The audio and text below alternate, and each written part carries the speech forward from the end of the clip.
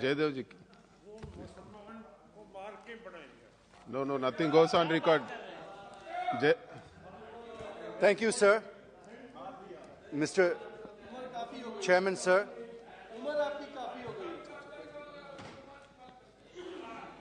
Thank you, sir.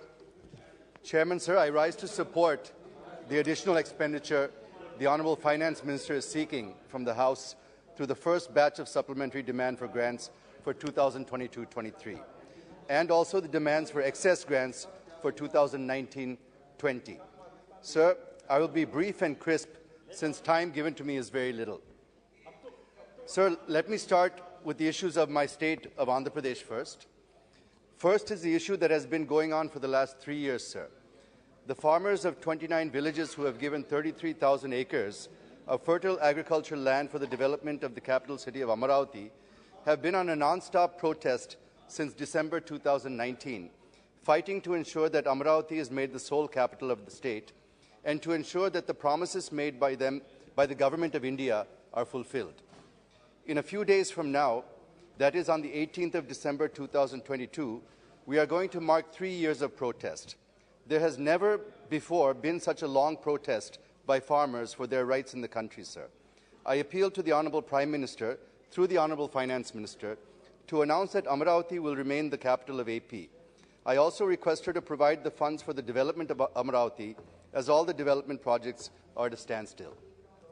Secondly, sir, I come to Polavaram, the lifeline of Andhra Pradesh, sir. The completion of the project will turn our state into a lush green state, full of crops, and also meet the drinking water requirements of the entire state. Therefore, I urge the Honourable Finance Minister to approve the revised cost estimate amount of 55,548 crores as recommended by the TAC, which includes the cost for land acquisition and R&R for the people displaced due to the project. Finally, through you, sir, I request the Honourable Finance Minister to release the funds for the 18 commitments mentioned in the AP Reorganisation Act. Through you, sir, I would like to remind the government that this is the final budget that is going to be presented before the 10-year deadline that is mentioned in the AP Reorganisation Act comes to a close. And therefore, all of the commitments legally and through the act made by this House should be completed in full by 2020. So the next budget is extremely important for us. And therefore, I request the Honourable Finance Minister to start releasing funds to ensure that all the promises made in the Act to the 5 crore people of Andhra Pradesh are fulfilled in full. Sir, I now come to the supplementary demand for grants and the demand for excess grants. Firstly, rupees 1.09 lakh crores the FM has sought for fertilizer subsidy to farmers. This increase in fertilizer subsidy is primarily due to geopolitical reasons and logistics issues that have arisen due to the Russia-Ukraine crisis. Both are major suppliers of fertilizer to India, and the war between them has disrupted the flow of fertilizers. This demand is also justified since it is meant for farmers. But here I wish to make a point that the Honourable Prime Minister, while inaugurating the Ramagundam Fertilizer Corporation, is on record saying that we need about 2.5 lakh crores for fertilizers. If you add the 1.05 lakh crores provision as fertilizer subsidy in the 22-23 budget, with the 1.09 lakh crores proposed now, it comes to about 2.14 lakh crores. So I would be grateful if the Honourable Minister can explain how she is going to fill the gap of around 36,000 crores, sir. The next demand is about the 30,000 crores towards payment of LPG subsidy to OMCs and the subsidy under the PM Ujjwala Yojana. This is also a welfare measure which nobody can oppose and hence justified. Sir, on the one hand, we have been pushing hard to make India Atmanirbhar, while on the other hand, we are not able to tap the resources that we have. I will give an example, sir.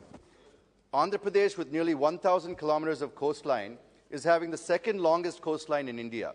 More than 27 billion cubic meters of natural gas reserves are yet to be recovered from inland and offshore sources in Andhra Pradesh. There are also reserves in Gujarat and the Northeast. The point is, if we are able to tap these resources, we can save huge foreign exchange and also achieve the objective of becoming Atmanirbhar. I'm saying this because we import 60% of our LPG requirement from other countries. Moreover, some natural gas pipelines have also been conceived, such as the Kakinada to Vizag to Srikakulam, which was to be completed in June 2021, but not yet completed.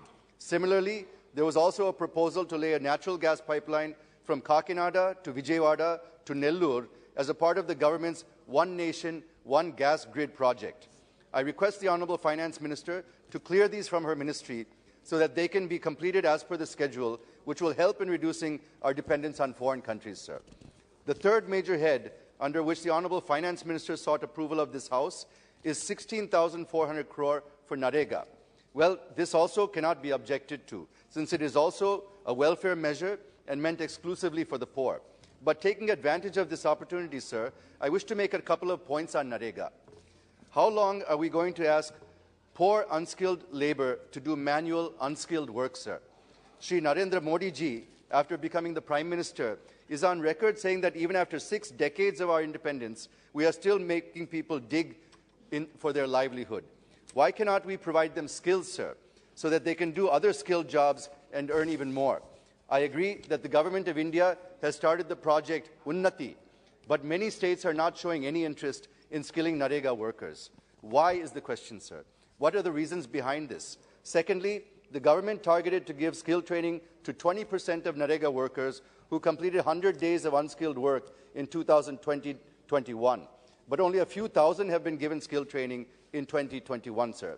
If there are any issues, I request the Honourable Finance Minister and the Rural Development Minister to convince the states for skilling Narega workers.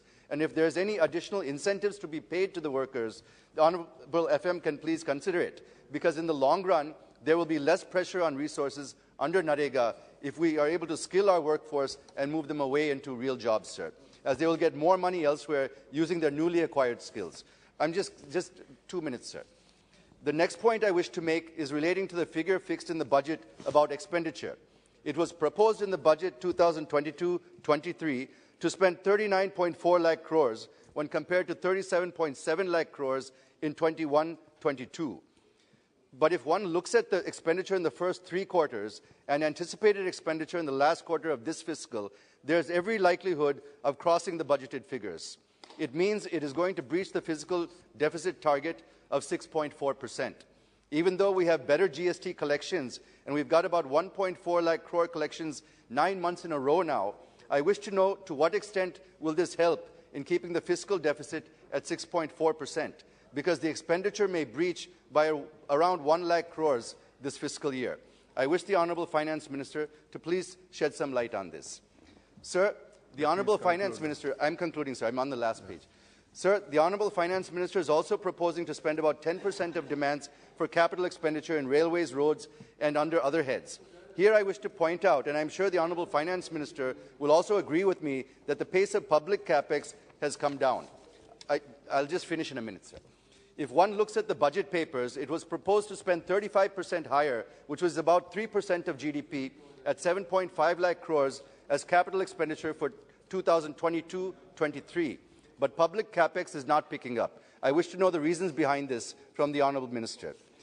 Moreover, sir, the Honourable Finance Minister in her budget speech at para number 113 allocated 1 lakh crores to states for capital investment. The Finance Ministry approved 58,200 crores under Part 1, but released only 26,300 crores. Under Part 2, 898 crores has been released, and another part, Ministry has approved and released 1,200 crores. Sir, we're at the fag end of the third quarter, and not even 30% was announced in the budget. So I'll just complete the conclusion. I'm coming to conclusion, sir. More than your allotted time. I'll just complete the conclusion, sir. There's no doubt that it is a big challenge for India to sustain high growth rate and lift millions out of poverty. And unemployment is the biggest challenge that we are facing today. Sir, around 12 million people are joining the labour force every year, but we're not able to generate jobs for even half of them. The labour force participation rate dropped from 40% from 46% 6 years ago, and the unemployment rate is hovering at 7 to 8%. The point I wish to make is it is very rare to find GDP is going up while employment is dwindling. And I think that India is one of the few countries where GDP is growing, but employment is falling. This is called jobless growth, sir. I wish the Honourable Finance Minister to please throw some light on this. Thank you for giving me this opportunity, sir.